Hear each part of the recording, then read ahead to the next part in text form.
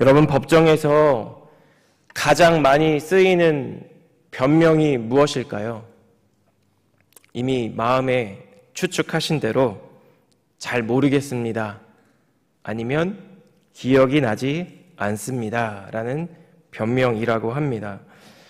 여러분, 왜 사람들은 재판정에서 얼핏 기억이 나면서도 기억이 나지 않는다고 얘기하고 알았으면서도 몰랐다라고 이야기할까요? 실제로 모를 수 있고 기억이 나지 않을 수도 있지만 만약 그렇지 않다면 자신이 사실대로 말하는 것이 자신의 죄를 인정하는 것이 될 수 있고, 그리고 위증을 하면, 거짓을 증언하면 재판이 진행되는 과정 가운데 자신의 거짓말이 드러나게 될 수 있기 때문이겠죠. 그래서 일단 알면서도 모른다, 기억이 나면서도 기억이 나지 않는다라고 말하는 것이 적어도 자신에게 불리한 증언을 방지할 수 있고, 그리고 지금 당장의 까다로운 질문을 피할 수 있기 때문에 사실 이런 답변은 굉장히 자주 들을 수 있는 재판정에서의 답변입니다. 자, 여러분, 그렇다면 하나님 앞에서라면 이러한 변명은 어떻게 될까요? 여러분, 실제로 기억이 나지 않는다고 해서, 아니면 내가 몰랐던 일이라고 해서 하나님 앞에서 죄인 것이 죄가 아닌 것으로 될 수 있을까요? 결코 그렇지 않을 것입니다. 왜냐하면 하나님께서 좌정하시는 재판정에서는 무엇보다 모든 것이 밝히 드러나게 될 것이고, 하나님께서 우리의 속마음을 모두 아시기 때문입니다. 오늘 우리가 함께 읽었던 이 긴 시편의 본문 말씀은 시편 기자가 이스라엘의 역사를 회고하면서 그들이 도대체 하나님 앞에서 어떤 죄악을 저질렀고 어떤 잘못을 했었는지를 이 시편 기자의 시편의 독자들에게 전달해 주고 있습니다. 특별히 이스라엘이 하나님 앞에서 기억하지 못하고 잊어버린 믿음과 신앙이 과연 무엇인지를 우리에게 전달합니다. 그래서 이러한 말씀을 우리가 함께 묵상할 때 우리는 하나님의 백성인 이스라엘의 죄악이 무엇인지를 통해 하나님 앞에서 지금 나의 연약함과 나의 죄악이 무엇인지 묵상할 수 있고, 이스라엘이 하나님 앞에서 잊어버렸던 것들을 통해 우리도 혹시나 우리의 삶의 자리에서 잊고 있었던 그 무언가가 있지는 않은지를 돌아볼 수 있는 귀한 시간이 될 줄로 믿습니다.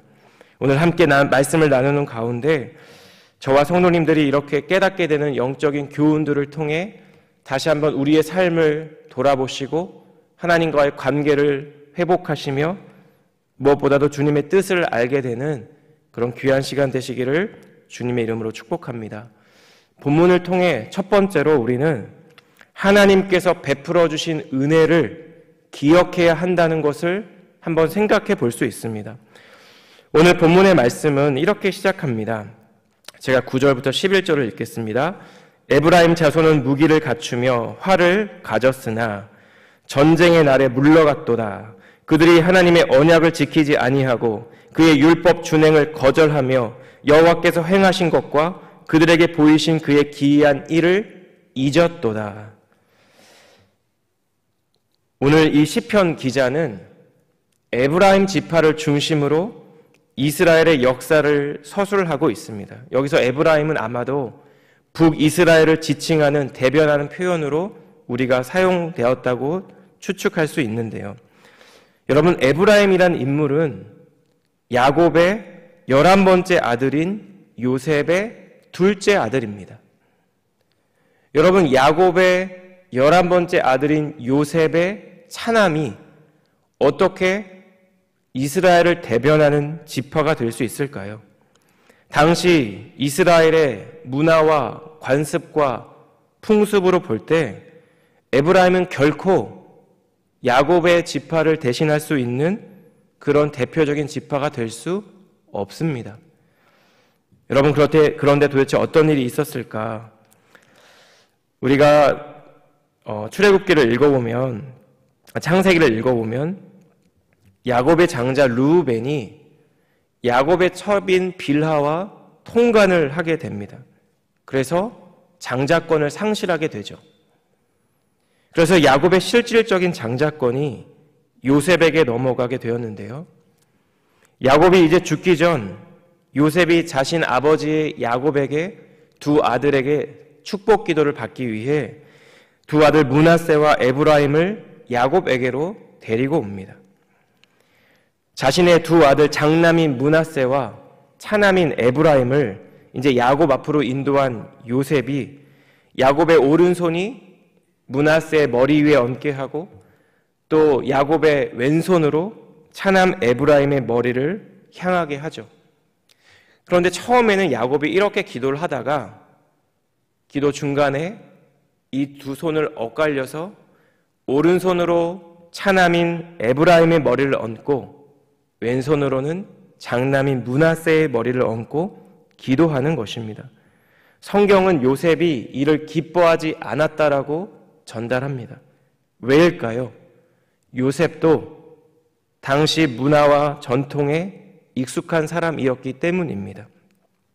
바로 이 장면에 대한 말씀이 창세기 48장 18절 이후에 이렇게 기록되어 있습니다. 조금 길지만 제가 읽겠습니다. 그의 아버지에게 이르되 아버지여 그리 마옵소서 이는 장자이니 오른손을 그의 머리에 얹으소서 하였으나 그의 아버지가 허락하지 아니하며 이르되 나도 안다 내 아들아 나도 안다 그도 한 족속이 되며 그도 크게 되려니와 그의 아우가 그보다 큰 자가 되고 그의 자손이 여러 민족을 이루리라 하고 그날에 그들에게 축복하여 이르되 이스라엘이 너로 말미암아 축복하기를 하나님이 내게 에브라임 같고 므낫세 같게 하시리라 하며 에브라임을 므낫세보다 앞세웠더라.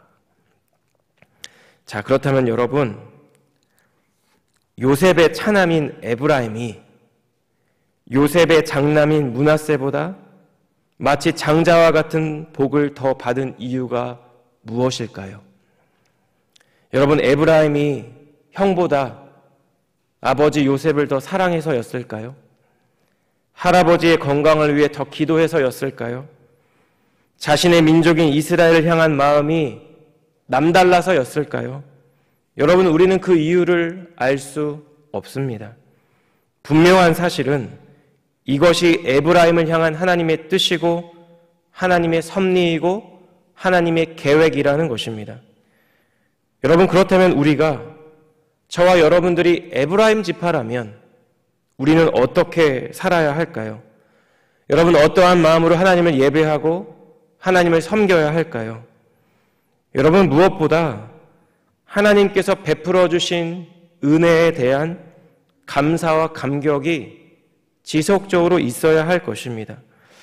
여러분, 도대체 왜 나 같은 자에게 하나님께서 이런 은혜를 베풀어 주셨고 이런 축복을 허락해 주셨는지 내 머리로는, 내 이성적인 판단으로는 이해가 되지 않지만 주님의 은혜를 받은 자로, 주님의 축복을 받은 자로, 그래서 누군가에게 이러한 은혜와 축복의 통로로 이 땅에서의 삶을 어떻게 살아갈지를 고민해야 한다는 것입니다. 다시 오늘 본문으로 넘어오면, 그런데 이 에브라임 지파를 향한 시편 기자의 고백이 이와 같습니다. 에브라임 자손은 무기를 갖추며 활을 가졌으나 전쟁의 날에 물러갔도다. 그들이 하나님의 언약을 지키지 아니하고 그의 율법 준행을 거절하며 여호와께서 행하신 것과 그들에게 보이신 그의 기이한 일을 잊었도다. 여러분, 에브라임이 지금 임하고 있는 전쟁이 어떤 전쟁인지는 사실 확실하지 않습니다. 중요한 것은 이들이 무기를 갖추고 완전 무장하고 전쟁에 나갔는데 패했다는 것입니다. 여러분, 이것은 그들의 군사력이 약해서거나 아니면 그들과 싸웠던 그들의 대적이 더 강해서가 아니었습니다. 10절을 보시면 그들이 전쟁에서 패한 이유를 하나님의 언약을 지키지 아니하고 그의 율법 준행을 거절했기 때문이라고 말합니다. 11절을 보시면 여호와께서 그들에게 행하신 것과 그들에게 보여주신 기이한 일들을 잊어버렸기 때문이라고 말합니다. 주님께서 베풀어 주신 은혜를 망각하고 주님께서 허락해 주신 축복을 잊어버린 것이 에브라임 지파라는 것입니다. 여러분, 본문에서 하나님이 주신 율법 준행하기를 거절했다라는 이 표현에서 거절하다는 이 표현이 여러분 가장 대표적으로 사용된 곳이 어디일까요? 이스라엘의 백성을 내보내라 라는 이 하나님의 명령을 애굽의 바로가 아주 지속적으로 반복적으로 거절할 때 사용된 표현입니다. 여러분, 하나님으로부터 마치 야곱의 장자와 같은 축복을 받은 에브라임 지파가 애굽의 바로 왕과 같이 하나님을 대적하고 하나님의 율법 준행하기를 거절했다라는 것입니다. 여러분, 오늘 본문에 나오는 이 에브라임 지파는 궁극적으로 이 땅에서 하나님의 자녀라는 선택을 받아 살아가는 저와 여러분들을 의미합니다. 여러분, 이 자리에서 하나님을 예배드리는 이 자리에 내 의로, 내 공로로, 내가 세운 무언가로 이 자리에 앉아 계신 분은 아무도 안 계실 것입니다. 에베소서 2장 8절 말씀이 이렇죠.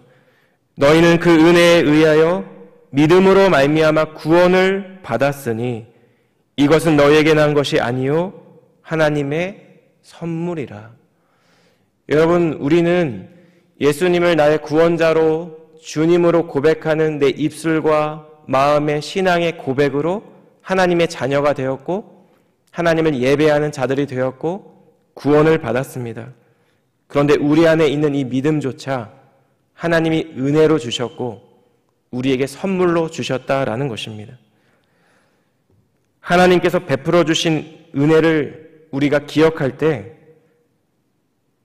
주님의 섭리 가운데 하나님께서 나의 삶 가운데 행하신 일들, 나를 만나주신 그 시간들을 기억할 때 여러분, 우리는 이 에브라임과 같이 하나님의 율법 준행하기를 거절하는 것이 아니라 더 겸손한 마음으로 하나님을 사랑하고 하나님의 말씀대로 살아가는 주님의 백성이 될 줄 믿습니다.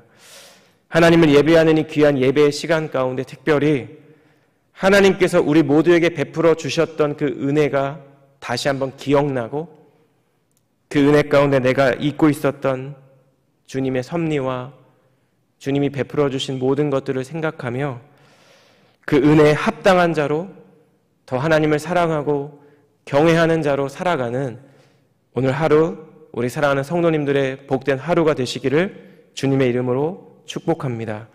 두 번째로 오늘 본문의 말씀을 통해 우리는 하나님의 능력을 기억해야 한다는 것을 깨달을 수 있습니다.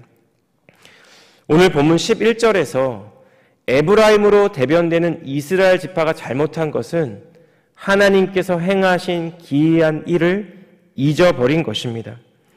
그래서 오늘 이 12절 이후의 말씀을 읽어보시면 그 기이한 일이 이스라엘의 출애굽 사건과 하나님께서 광야에서 이스라엘을 인도해 주셨던 사건을 지칭한다라는 것을 우리가 추측할 수 있습니다.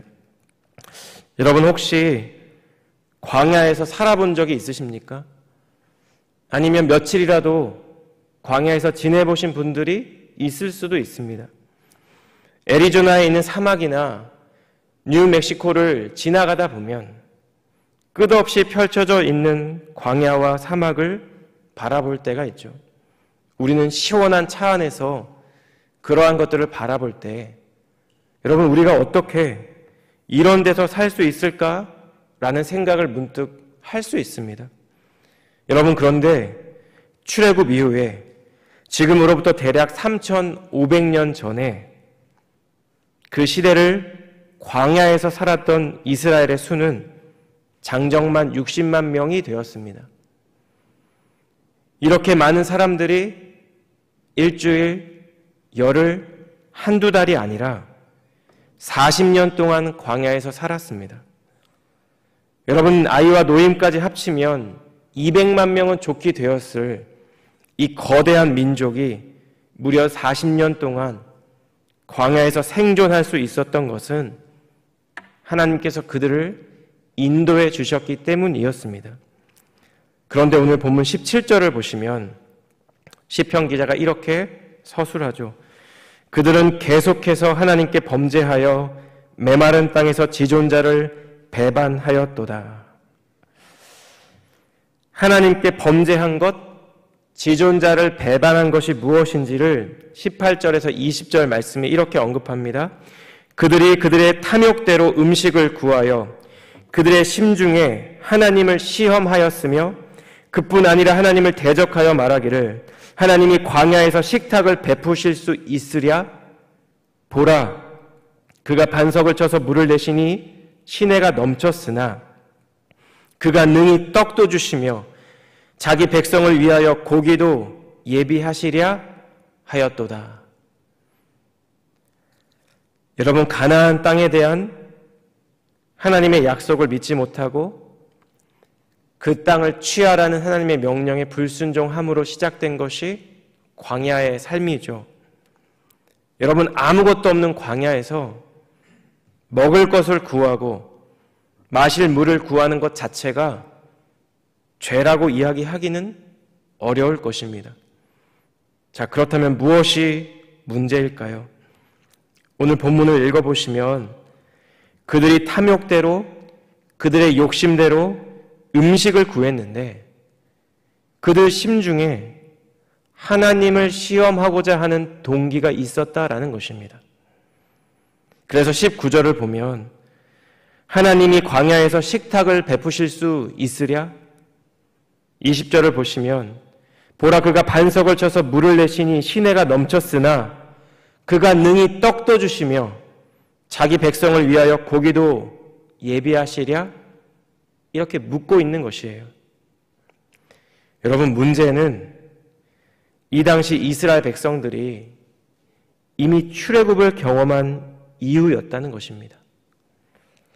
여러분, 그들 눈앞에 400년 동안 종사를 시키던 애굽인들이 하나님의 심판을 받는 것을 목격했습니다.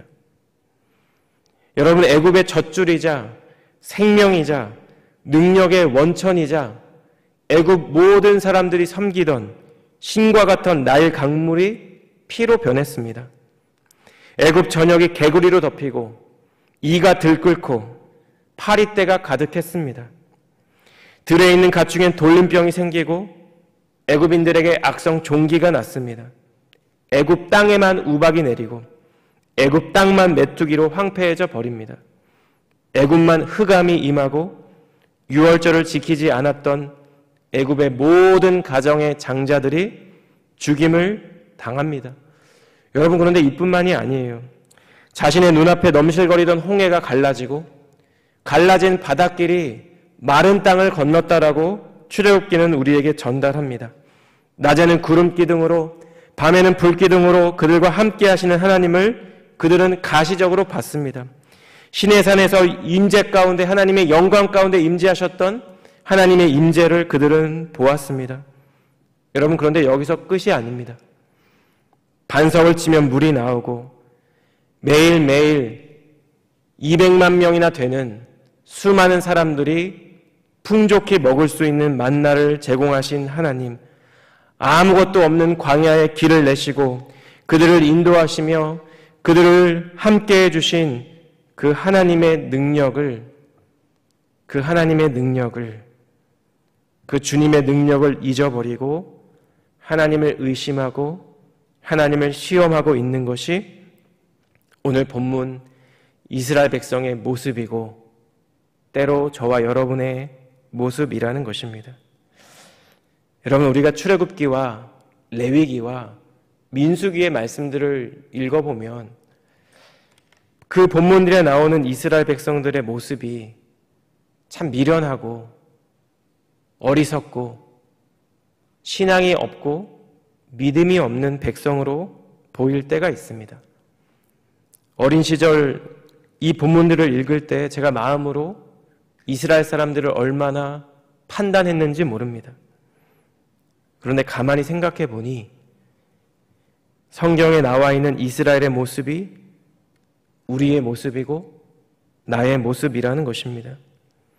여러분, 이 자리에 계신 우리 성도님들 대부분은 인생에서 적어도 한 번 큰 결심을 한 분들입니다. 어떤 결심일까요? 미국에 오기로 한 결심이죠. 익숙한 곳을 떠나 하나님이 주신 꿈과 비전을 안고 그 먼 태평양을 건너오신 분들입니다. 하나님께 기도하면서 내린 이민이고 유학일지라도, 그런데 여러분, 우리는 종종 우리 내면 깊숙이 있는 우리의 불안과 우리의 염려와 우리의 두려움을 마주할 때가 있습니다. 여러분, 마치 애굽의 10가지 재앙을 경험하고 눈앞에서 홍해가 갈라지며 매일 아침마다 만나를 먹고 광야 가운데 하나님의 인도하심을 받았던 이스라엘 백성들이 눈앞에서 구름 기둥을 보고 불 기둥을 보았던 이스라엘 백성들이 반석에서 물이 나게 하시고 그들을 신실하게 인도하셨던 그 하나님을 경험했던 이스라엘 백성들이 하나님이 떡도 주실까? 하나님이 고기도 주실까? 그렇게 심중으로 하나님을 의심하고 하나님을 시험하며 하나님을 불신했던 것처럼 혹시나 우리에게도 그러한 불신이 있지는 않은지를 돌아보아야 한다는 것입니다. 사랑하는 여러분, 하나님을 예배하는 저희 모두에게 우리의 예배의 대상이 되시는 하나님이 어떠한 분이신지를 다시 한번 생각해내고 기억하며 그 주님의 능력을, 그 주님의 영광을 다시 한번 묵상하는, 그래서 그 가운데 그 주님을 향한 우리의 믿음과 신앙이 회복되는 이 아침 되시기를 주님의 이름으로 축복합니다. 우리의 삶의 여정 가운데 여러분, 저와 여러분들을 만나주시고 구원해 주실 뿐만 아니라 놀라운 일들을 행하셨고 앞으로도 신실하게 우리를 인도하실 그 주님을 믿음의 눈으로 바라보며 때로는 버겁고 힘든 우리의 이민자의 삶 가운데서도 그 주님을 믿음의 눈으로 바라보는 저와 여러분들 되시기를 예수님 이름으로 축복합니다. 마지막 세 번째로 우리는 감사의 마음을 기억해야 합니다. 여러분, 우리나라 속담에 호의가 계속되면 권리인 줄 안다라는 속담이 있습니다. 처음에 어떤 누군가의 호의를 받으면 너무 고맙고 너무 감사하고 무언가 갚고 싶은 마음이 드는데요. 여러분, 그런데 참 이상하게도 반복적으로 지속적으로 이런 호의를 받으면 나도 모르게 내가 원래 누려왔던 권리이고 당연한 일이라고 생각하는 경향이 우리 안에 있다라는 것입니다. 오늘 본문 21절과 22절 말씀을 보시면 하나님께서 이전에 베풀어 주셨던 은혜를 망각한 이스라엘 백성에게 하나님이 진노하시죠. 하나님께서 분노하셨다라는 말씀이 있습니다. 그런데 여러분, 그 다음에 이어지는 23절 이하의 말씀을 보시면 참 놀라운 하나님의 반응이 나타납니다. 좀 긴데요, 제가 읽겠습니다. 23절입니다. 그러나 그가 그 위에 궁창을 명령하시며 하늘문을 여시고 그들에게 만나를 비같이 내려 먹이시며 하늘 양식을 그들에게 주셨나니 사람이 힘센 자의 떡을 먹었으며 그가 음식을 그들에게 충족히 주셨도다. 그가 동풍을 하늘에서 일게 하시며 그의 권능으로 남풍을 인도하시고 먼지처럼 많은 고기를 비같이 내리시고 나는 새를 바다의 모래같이 내리셨도다. 그가 그것들을 그들의 진중에 떨어지게 하사 그들의 거처에 두르셨으므로 그들이 먹고 심히 배불렀나니 하나님이 그들의 원대로 그들에게 주셨도다. 여러분, 이 말씀을 읽어보시면 하나님이 여전히 이스라엘을 사랑하셔서 그들에게 만나를 주시고 또 고기를 주셨음을 전달하는 문장이라는 것을 우리는 알 수 있습니다. 여러분, 이스라엘 백성이 하나님을 의심하고 하나님에 대한 신뢰를 의심하는 마음이 있었음에도 불구하고 여러분, 왜 하나님께서는 이스라엘 사람들에게 이러한 것들을 허락해 주셨을까요? 하나님께서 출애굽 2세대들에게 주시겠다 약속하신 땅에 그들이 이룰 수 있도록 하기 위함입니다.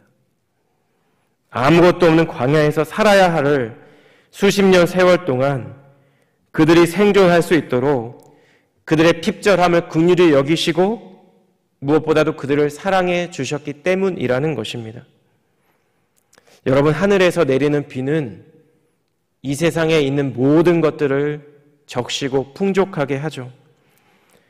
아무리 마른 땅도 촉촉하게 적실 수 있습니다. 아무리 넓은 대지도 촉촉하게 만들 수 있습니다. 아무리 많은 사람들일지라도 그들의 갈증을 해소할 수 있는 물을 제공할 수 있습니다.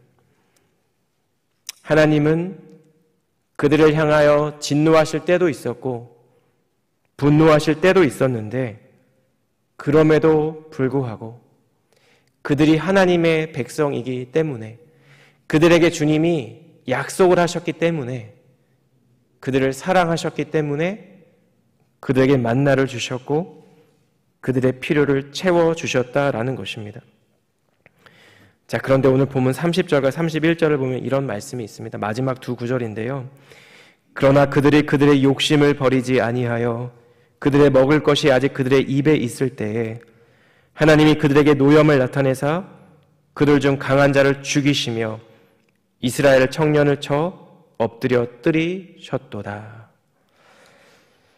여러분, 제가 읽은 이 말씀은 특별히 10절에 30절에 그들의 먹을 것이 아직 그들의 입에 있을 때라는 이 표현은 민수기 11장의 사건을 연상시킵니다.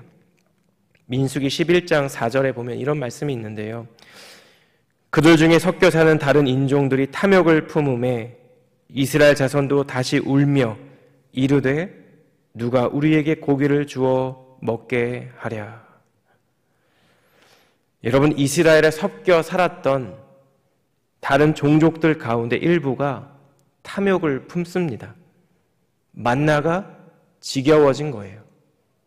아침마다 내려주는 만나가 꼴보기도 싫은 겁니다. 다른 무언가가 먹고 싶은 거예요.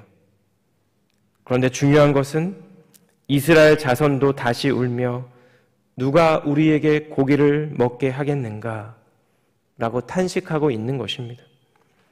여러분, 여기서 다시 울었다라는 이 표현에 사용된 히브리어 단어가 슈브라는 단어입니다. 여러 번 들으셔서 아시겠지만 구약에서 슈브라는 단어는 이스라엘의 언약 공동체인 하나님의 백성인 이스라엘이 죄악으로부터 돌이켜 여호와께로 돌아갈 때 사용하는 단어이기도 하지만 민수기 11장 말씀처럼 하나님께로부터 돌이켜 옛 행실로 돌아간다라는 의미에 사용되기도 합니다. 여러분, 본문 30절에서 그들이 그들의 욕심을 버리지 아니하여 행한 것이 결국 하나님으로부터 돌이키는 것이고 그들의 행실로 돌아간 것이며 그래서 그들의 먹을 것이 아직 그들의 입에 있을 때에 하나님께서 그들에게 하나님의 진노를 나타내 보이셨다라는 것입니다. 여러분, 노르웨이 속담에 감사하는 마음에는 사탄이 씨앗을 뿌릴 수 없다라는 말이 있다고 합니다.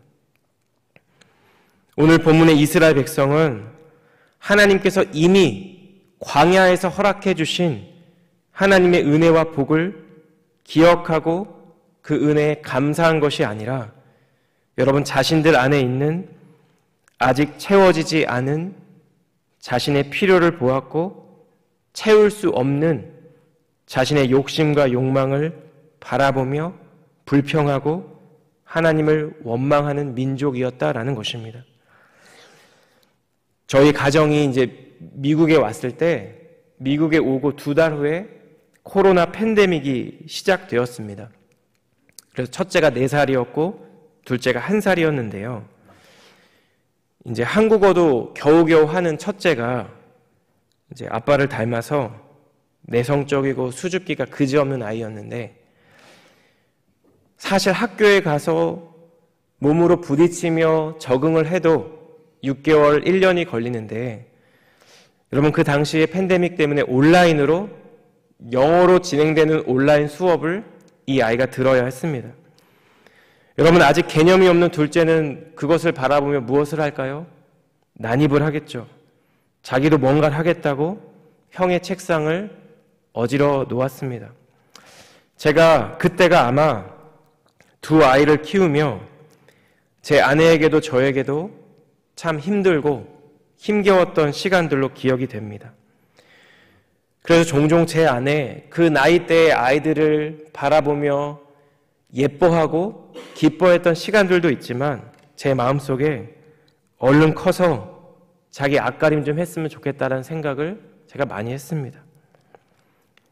그러면서 제 안에 종종 이런 푸념이 생기는 거예요. 하나님, 유학을 보내주실 거면 조금 더 일찍 보내주시지. 이 나이에 유학을 온 것도 불평이 되고 여러 가지 제 마음 가운데 원망하고 또 불평하는 마음이 생겼습니다. 이 또한 지나가리라. 여러분 제가 많이 되뇌었던 말이었습니다. 여러분 그런데 제가 어느 날 그날도 폭풍 같은 하루였습니다. 그렇게 하루가 지나고 한 방에서 이제 세미너리에 있는 한 방에서 모두가 잠들어 있는 모습을 보고 있는데 여러분 문득 저희 가정의 예전 세월들이 주마등처럼 스쳐 지나가는 것입니다. 결혼을 하고 자녀를 기다리며 많이 울고 힘들어했던 시간들이 생각이 났고 유학의 꿈을 안고 하나님께 기도했던 시간들도 생각이 났습니다.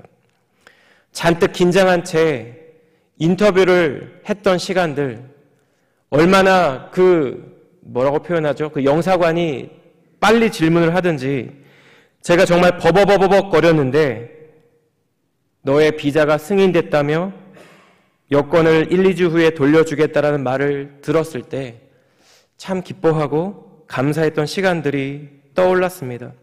여러분 그러다가 문득 가족들이 잠들어 있는 방문 앞에서 내 삶이 조금 버겁다는 이유로 내가 지금 지치고 힘들다는 이유로 지난 세월 동안 하나님께서 우리 가정 가운데 나의 삶 가운데 간섭해 주시고 개입해 주시고 베풀어 주셨던 은혜를 잊고 감사를 잊은 채 내 안에 올라오고 있는 불평과 불만에 마주하고 있는 저의 모습을 발견하게 되었다라는 것입니다.